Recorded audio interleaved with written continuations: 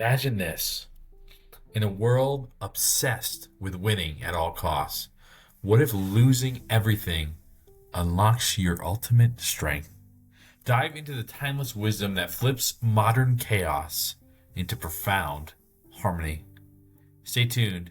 Your breakthrough awaits. Hey, welcome to the channel. This is the Boundless Sovereign YouTube channel. So glad you're here. Excited to have you. This is the Tao Te Ching series. I'm reading from the John Minford translation of the Tao Te Ching, originally written by Lao Tzu. And this is chapter 42. Let's jump in. 1, 2, 3. The Tao gave birth to the One. The One gave birth to the Two. The Two gave birth to the Three. The Three gave birth to the myriad things, which carry yin and yang on their backs. Yin on their backs and embrace yang, harmonized by breath energy. Of emptiness, the multitude hate to be orphans, to be solitary and destitute. But kings and princes call themselves by these very names. They diminish and increase. They increase and diminish. Others teach this. I also teach it. The violent do not die a natural death. This is the father of my teaching. And as with normal etiquette, we're going to be also reading from the commentary from the River Master. Some teach others to abandon the soft for the hard. I teach them to abandon violence, to abandon the hard, and cleave to the soft. The violent do not trust in mysteries. They rebel against the Tao and the power. They do not follow the true teaching. One of these, back to the main point here, this whole idea of princes and kings call themselves by these very names, which is solitary and destitute. They diminish, and hence diminish, and increase, and as they increase, they diminish and then they increase, but when they try to increase, they actually diminish.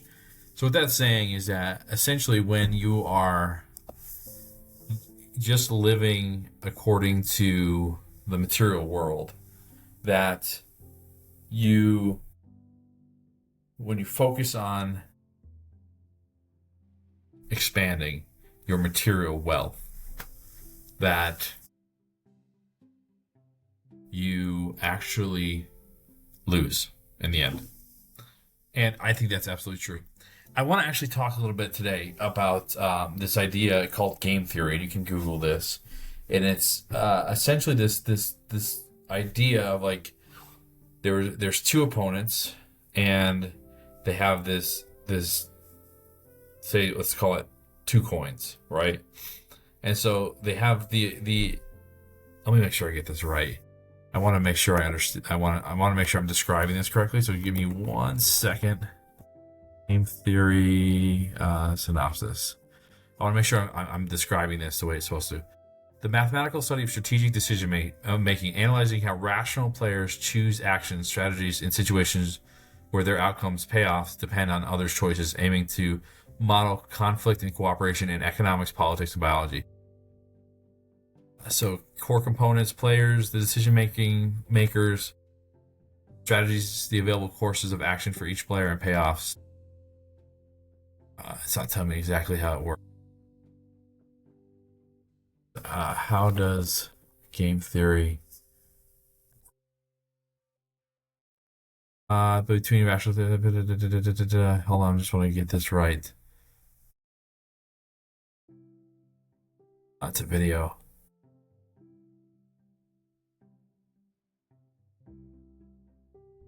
Actually, prisoner's dilemma. Here we go. Cooperative versus non-cooperative.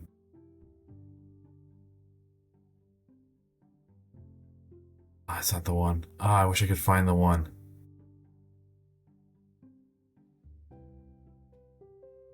I wish I could find the one. Strategic. So essentially, it's like you have two opponents, and they can work together, or they can steal from each other the treasure. And if they both choose to steal, then nobody gets anything.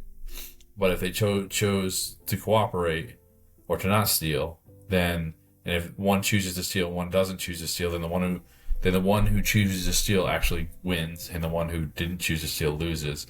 And then they both choose to cooperate. They split the difference. That's essentially the idea. So why I bring this up is because they ran like a million instances of these tests, right? Of all these different, all these different strategies that you can play with these decisions, right? And so they found that there was one that was better than all of the rest. That one, no matter how many times they played each round, this particular strategy came out on top at the end every time. And it was called tit for tat. And I love the name. And really what it was this, every game, tit for tat would cooperate. So it would work with the other side and say, I'm gonna share the winnings, right? Until they got burned once. So once they found an opponent that was like, no, I'm gonna steal from you. So then they would lose in that round. Tit for tat would then steal on the next round. But once the other side started cooperating again, and they would know that because one side would say cooperation and then tit for tat would steal. Essentially, they would realize that, the other side cooperated. So then tit for tat would revert back to cooperation every time until they found another instance where the other side was uncooperative. What's interesting about this, and this is where it comes into the Tao, is that cooperation, this idea of working together, of being the soft, kind of open-minded, open-hearted person to an extent, right? And maybe that resistance that you get from the other side sometimes is like, okay, then you meet them with resistance. So they don't just bowl you over, right? When you have that strategy in all of the things that you do, whether it be work or just general life, as long as if you take a cooperative viewpoint, right, then you're gonna come out better, more. You're gonna end up winning in the end, right? So this is the idea of cooperation, and it matches up perfectly because cooperation is of the Tao, because you're not forcing things, and you're allowing the natural things to unfold. And then if there's resistance, and then you match the resistance in a flow, in a only up until you need to. And this is where they talk about like war, like where the Taoist only does enough war to accomplish whatever the mission is, and war should be a last resort. That's the same idea here. That's the same idea. And what's really amazing about this is that it's proven in game theory, right? If you go through it and you look at all the studies that they did, they figured out that this was the optimal strategy to come out ahead in every instance. And that maybe you didn't win right off the bat because you would win and lose, but ultimately cooperation wins the day. And cooperation is flowing with the Tao. It's perfect. It's a beautiful example of Taoism and how and why it works. As opposed to being this forceful kind of like, I'm a tough guy. We're a tough business. We're gonna hold everybody to the fire, and it just doesn't lead to good things in the end. I see this a lot in my work life. Cooperation amongst the different departments, cooperation with public entities, cooperation with just in general helps everybody. So a rising tide raises all ships. So Taoism is this idea of being the rising tide, right? It's of being this flowing, cooperative entity in the world where you actually are helping and not fighting against or forcing against. Well, if this episode resonated with you, please like and subscribe to the channel. This is again the Boundless Sovereign, and we are in what chapter are we in? This is 42.